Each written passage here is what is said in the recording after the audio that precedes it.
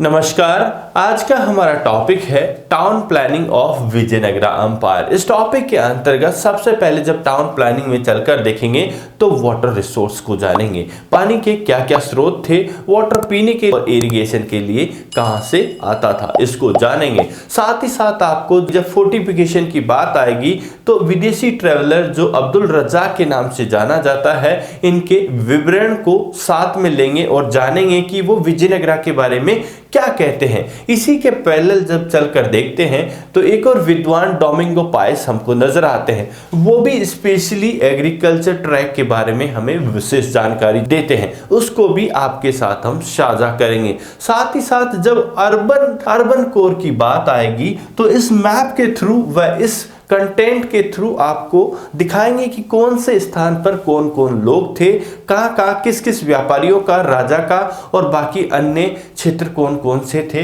इस सारे मैप से क्लियर करेंगे। और यहाँ पर भी हम एक विदेशी ट्रेवलर है जिसे हम डोर्टे बारबोसा के नाम से जानते हैं, इन सब के विवरण को इंक्लूड करते हुए इस पूरे टॉपिक पर प्रकाश डालेंगे और विस्तार से चर्चा करेंगे। चलिए चलते हैं और अपने टॉपिक को जानते हैं। विजयनगरा अंपायर के दौरान जब वाटर रिसोर्स की चर्चा करते हैं तो यहाँ पर देखने को मिलेगा कि इसके नॉर्थ और ईस्ट की जब बात आती है तो यहाँ पर दो रिवर दिखाई देती, एक तो कृष्णा रिवर और दूसरी इसके नीचे से तुंगभद्रा रिवर, जो यहाँ नॉर्थ और ईस्ट में बहती हुई इस प्रकार दिखाई देती है। ये चैनल यहाँ पर जो विजयनगरा डायनेस्टी के चारों ओर जो ग्रेनाइट हिल्स है, इन्हीं से छोटे छोटे चैनल से ये तुंगभद्रा तैयार होती है और यहाँ से इसका फ्लो देखने को मिलता है। अब ये देख लेते हैं कि ये तुंगभद्रा क्या है, इसको और अच्छे से जानते हैं। The most striking features about the location of Vijayanagara is the natural basin formed by the river Tungabhadra which flow in a north eastern direction. कहते हैं कि जो तुंगभद्रा रिवर है नॉर्थ ईस्ट डायरेक्शन में इस प्रकार बहती हुई हमें दिखाई देती है, जो बहुत सारे नेचुरल बेसिन भी बनाती है। साथ में जब सेकंड बात आएगी कि विजयनगरा जो डायनेस्टी है बहुत जो ग्रेनाइट हिल से कवर्ड हमें दिखाई देती है। जब नेक्स्ट बात आएगी तो इसमें बहुत सारे इन ग्रेनाइट हिल से हमें छोटे छोटे और बड़े बड़े स्ट्रीम्स फ्लो भी दिखाई देंगे, जो या तो नदी में मिलेंगे या यहाँ पर देखने को मिलेगा। इन्हीं से बहुत सारे नेचुरल और आर्टिफिशियल टैंक भी बनाए जाएंगे, जिससे विजयनगरा डायनेस्टी की न केवल पानी पीने बल्कि इरिगेशन की जो समस्या है वो भी सॉर्ट आउट की जाएगी। इसी के अंतर्गत जब आगे चलकर हम देखते हैं तो the most important such tank was built in the early years of the 15th century is called Kamalapuram tank, जो जिसे हम कमलपुरम टैंक के नाम से भी जानेंगे।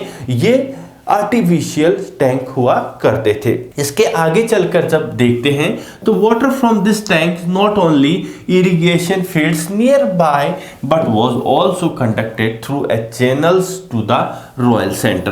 कहते हैं कि सिंचाई के साथ साथ रॉयल सेंटर के जो पानी की सप्लाई से लेकर हर काम इसी तुंगभद्रा रिवर या यहाँ पर जो आर्टिफिशियल और नेचुरल जो हॉज बने हुए थे उन्हीं से चैनल्स के थ्रू यहाँ पर सप्लाई की जाती थी। One of the most prominent water work to be seen among the ruins in the Hiriya canal. इसी में से एक जो आर्टिफिशियल कैनाल जिसे हिरिया कैनाल के नाम से जानते हैं, ये भी हमें देखने को मिलती है।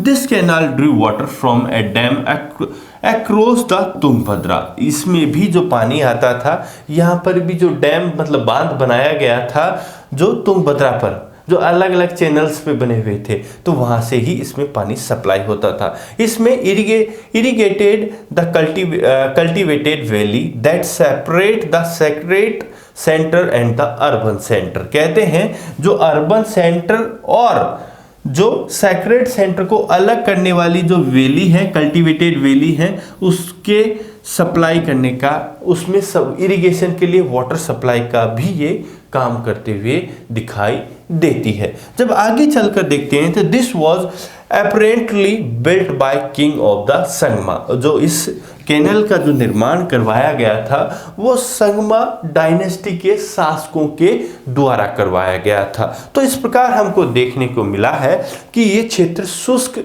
मीन्स ड्राई होते हुए भी तुंगभद्रा नदी के अलग अलग स्ट्रीम्स और चैनल्स के थ्रू यहाँ पर न पीने से लेकर इरिगेशन के पानी की किसी भी प्रकार की समस्या हमको यहाँ पर नहीं देखने को मिलती है। सो ये वाली बात हमें यहाँ पर कंप्लीट होती है। जब इसके बाद आगे चलकर हम देखते हैं तो यहाँ पर हमको फोर्टिफिकेशन का अर्थ यहाँ पर दिखा आपको देखने को मिलेगा कि किलाबंदी हमको हिंदी में देखते हैं, जितने भी बच्चे हैं हिंदी वाले वो देख ले किलाबंदी फोर्टिफिकेशन। अब ये बताएंगे कि विजयनगरा अंपायर का जो फोर्टिफिकेशन कितने घेरों में था, रॉयल सेंटर किस जगह था, कहां पर अर्बन सेंटर था, कहां पर पैलेस थे, कहां पर टेंपल थे, सड़कें कैसी थी, सुरक्षा की दीवारें कैसी थी, एग्रीकल्चर फील्ड कहां थे, ये चैनल्स कैसे आते थे, इन सभी को हम विस्तार से जानेंगे। जिसमें सबसे पहले हम अब्दुल रज्जाक का विवरण ले लेते हैं, जो एक एम्बेसडर है sent by the rulers of Persia, जो एक पर्शिया के जो शासक के द्वारा कैलिकट, जो वर्तमान समय में कोझिकोड के नाम से जाना जाता है, यहाँ पर 15th सेंचुरी के अंतर्गत भेजा गया। जिसमें देखने को मिलेगा they impressed by the fortification and the mention the 7 line of the forts.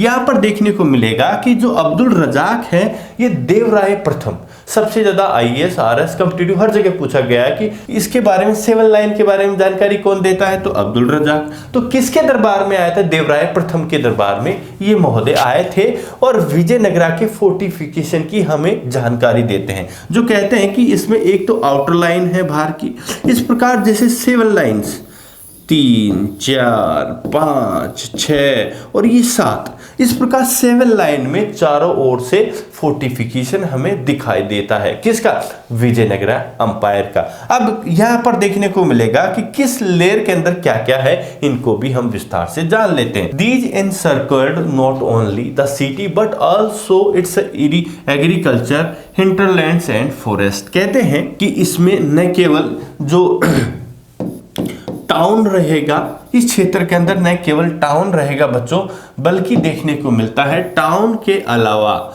जितने भी एग्रीकल्चर फील्ड हो, एग्रीकल्चर फील्ड हो, हंटरलैंड हो, इन सब को भी इन यहाँ के जो विजयनगरा के शासकों ने फोर्टिफिकेशन इनका किया था। अब ऐसा क्यों किया था मानसिंह सर, देखने को जब हमको मिलता है कि यहाँ की जो लोकेशन है विजयनगरा और इसके आसपास की, तो देखने को मिलता है कि विजयनगर और इसके आसपास के जितने भी साम्राज्य हैं इन दोनों में बार बार फ्रिक्वेंटली वॉर होते हैं।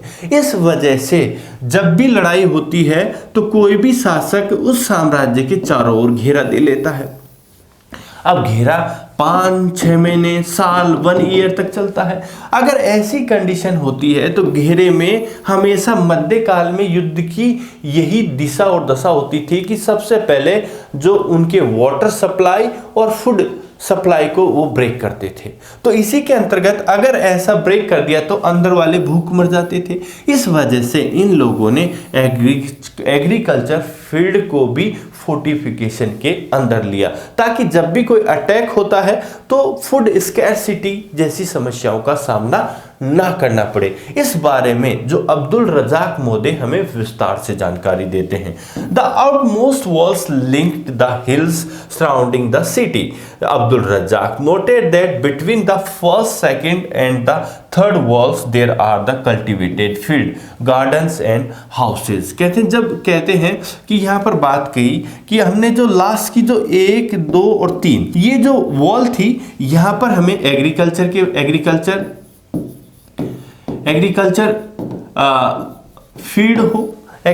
फील्ड हो, गार्डन हो और हाउसेज, ये चीजें हमें इन तीनों रो के अंतर्गत देखने को मिलती है। ये बात हम अब्दुल रज्जाक के विवरण के आधार पर ही आपको बता पा रहे हैं। जब इसके बाद चलकर हम जब चलते हैं तो ये कंस्ट्रक्शन की भी बात आती है। अब किसका कंस्ट्रक्शन मानसिंह जी, तो वो यहाँ पर अब्दुल रज्जाक इसके लेयर्स के साथ साथ ये बता रहे हैं कि जो चारों ओर से जो परकोटा किया गया है, जो 7 लेयर में लाया गया है, तो वो किससे बनाया गया था इसके बारे में देखे हैं कि यहाँ पर किसी भी जो स्टोन ब्लॉक को यूज किया जाता जो वेज शेप में बने हुए होते थे, इसके अंदर किसी भी प्रकार के चूने या कोई भी और अच्छी और अन्य चीजों का यूज नहीं किया गया था। नॉर्मल पत्थर जो सूंड के आकार थे उन ब्लॉक्स को ऐसे फंसाया गया और इन्हीं के अंतर्गत इन्हीं में मिट्टी वगैरह भर के या तो राउंड शेप के अंदर या आयताकार शेप में ये वॉल्स तैयार की गई थी। कहां पर? विजयनगरा डायनेस्टी के अंतर्गत। सो ये वाली चीजें हमें विस्तार से जो पर्शियन ट्रेवलर अब्दुल रजाक हैं, देवराय प्रथम के दरबार में आए हैं, वो हमें इस बारे में जानकारी प्रदान करते हैं। साथ ही साथ जो कंटेम्परेरी बाकी अन्य जो विद्वान हैं, जिसमें देखेंगे डोमिंगो पेस, ये अपना ऑब्जर्वेशन जब हमें देते हैं तो देखने को मिलेगा, जो कहते हैं from this first circuit until you enter the city there is a great distance. कहते हैं शहर के जो प्रवेश करने की सीमा, जो लास्ट जो पहली जो ट्रैक है, बाउंड्रीज है, उससे जब शहर के अंदर प्रवेश करते हैं उससे यहाँ की जो दूरी है शहर की बहुत ज़्यादा दिखाई देती है। In which are fields in which they sow rice, जहाँ पर हमें जो किसके एग्रीकल्चर फील्ड दिखाई देंगे जहाँ पर ये राइस बोते हैं। साथ ही साथ मेनी गार्डन्स भी दिखाई देंगे, जो बहुत सारे गार्डन भी दिखाई देंगे।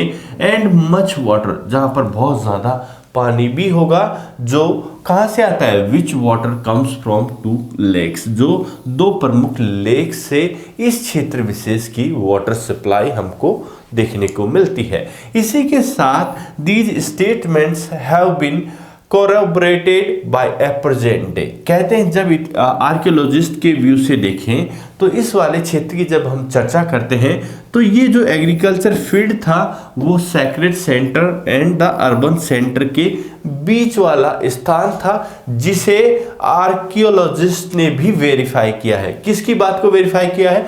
डोमिंगो पायस की बात को भी वेरीफाई किया है। ये स्टार्टिंग से जब एंटर होते हैं तो क्या कह रहे हैं? ये कह रहे हैं कि जो पहली जो लाइन जैसे ही एंटर होते हैं यहाँ से शहर की दूरी बहुत ज़्यादा है और इस दूरी के बीच में बहुत ज़्यादा एग्रीकल्चर फील्ड दिखाई देंगे जिसमें राइस वगैरह बोए जाते हैं, साथ ही साथ गार्डन है। पानी की उपलब्धता अच्छी है जो यहाँ 2 प्रमुख लेक से आती है। इस बात को आर्कियोलॉजिस्ट भी वेरीफाई करते हैं कि ये वाला जो क्षेत्र था वो सेक्रेड पैलेस और अर्बन क्षेत्र के बीच वाला था, जिसे डोमिंगो पायस हमें बताते हैं। जब आगे चलते हैं, this track was serviced by an elaborate canal systems drawing water from the Tungabhadra. So इस वाली बात को हम देखने को मिलता है कि यहाँ जो पानी की जो सप्लाई थी मोस्टली जो तुंगभद्रा जो कैनल तुंगभद्रा से आने वाली कैनल से ही की जाती थी। सो अभी तक हमने देखा कि जो डोमिंगो पायस है इस फर्स्ट रो के बारे में हमें जानकारी देता है कि यहाँ से लेकर जो सेकंड रो आती है उसके बीच में हमको एग्रीकल्चर फील्ड दिखाई देते हैं। इसकी बात करता है जब second line of the fortification went round the inner core of the urban complex. कहते हैं जो ये वाली सेकंड लाइन है जो अर्बन कोर को कवर करती है। जब इसके बाद जो थर्ड रो के अंदर जब एंटर होता है तो थर्ड रो के अंदर मेजर बिल्डिंग्स आपको दिखाई देगी,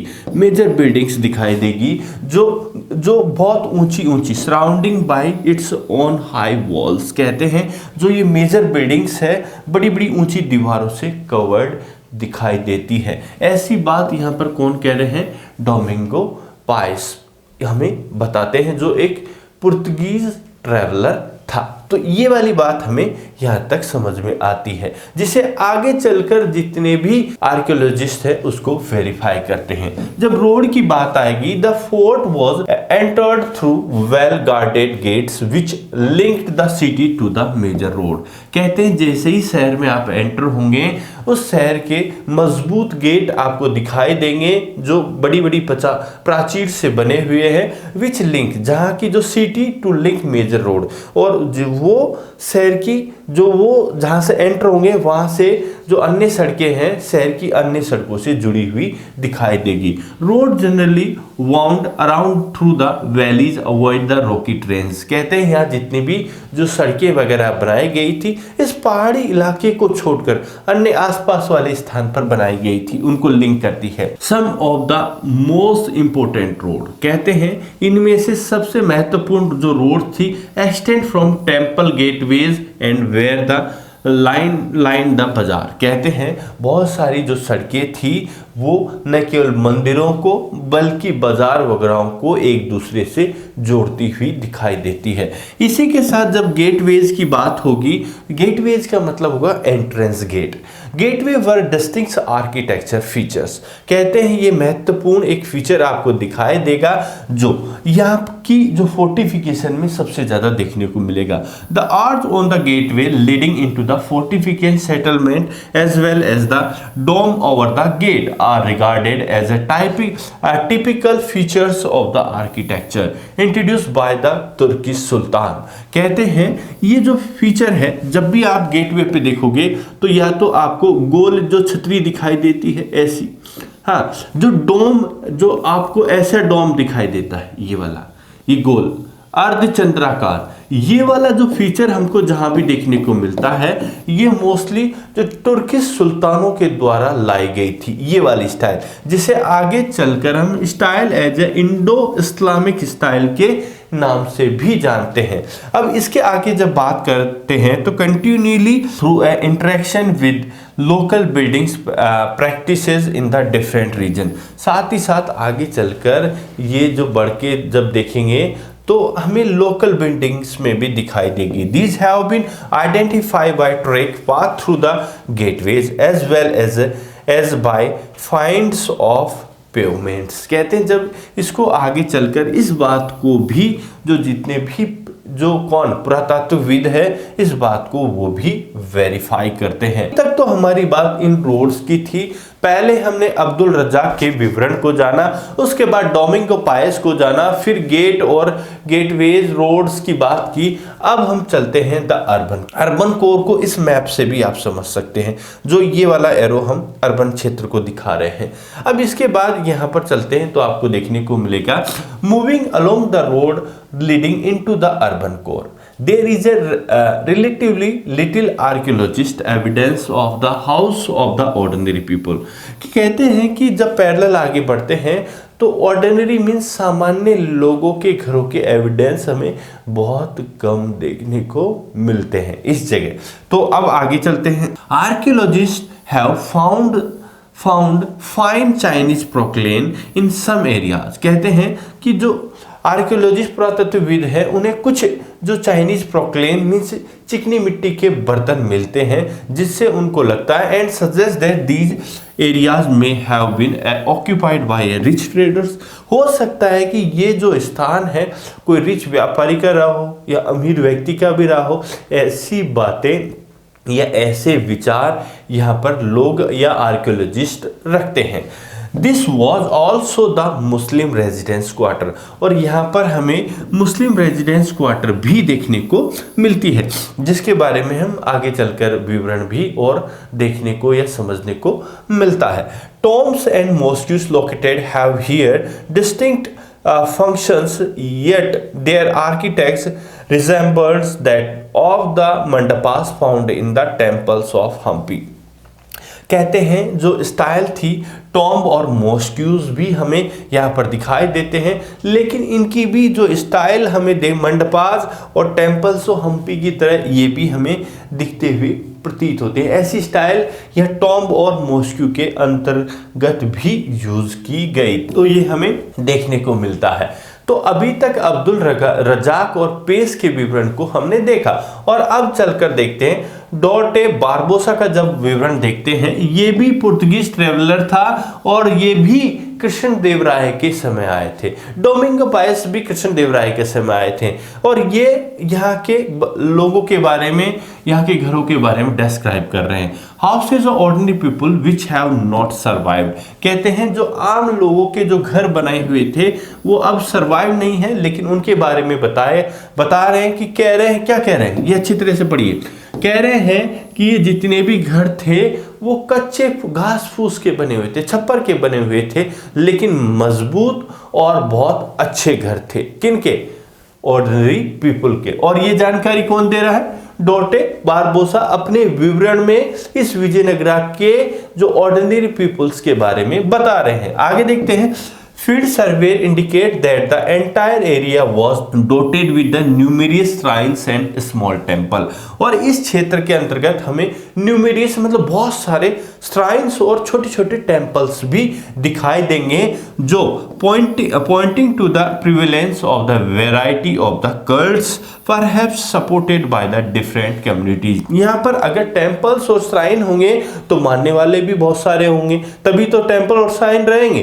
तो ये वाली, तो ऐसा हम इसलिए कह सकते हैं क्योंकि विजयनगरा एम्पायर का जो व्यापार था बहुत ज़्यादा विस्तार था। इस वजह से बहुत सारे विदेशी भी आते थे और उस वजह से उनकी मान्यताओं के कारण यहाँ पर बहुत सारे टेम्पल्स और श्राइन भी बने होंगे, उन्होंने डोनेट किया होगा, उनकी आस्था होगी और बहुत सारे लोगों को ये अपनी आर्मी में भी शामिल करते हैं, जिसमें 10,000 तीरंदाजों को करना हो, तो वो लोग इस्लाम से मानने वाले थे। तो इस वजह से यहाँ पर हमें जो श्राइन और टेम्पल्स भी देखने को मिलते हैं, जो हर व्यक्ति की अपनी आस्था होती है, तो इस वजह से उन्होंने परमिशन दे रखी होगी, तो इस वजह से बहुत सारे टेम्पल्स और श्राइन मिले। आगे चलकर देखते हैं। The surveys also indicate that wells, rainwater tanks as well as temple tanks may have served as the source of the water to the ordinary towns dwellers। अब इस स्थान पे जो ऑर्डिनरी लोग रहते थे वो अपने जो पानी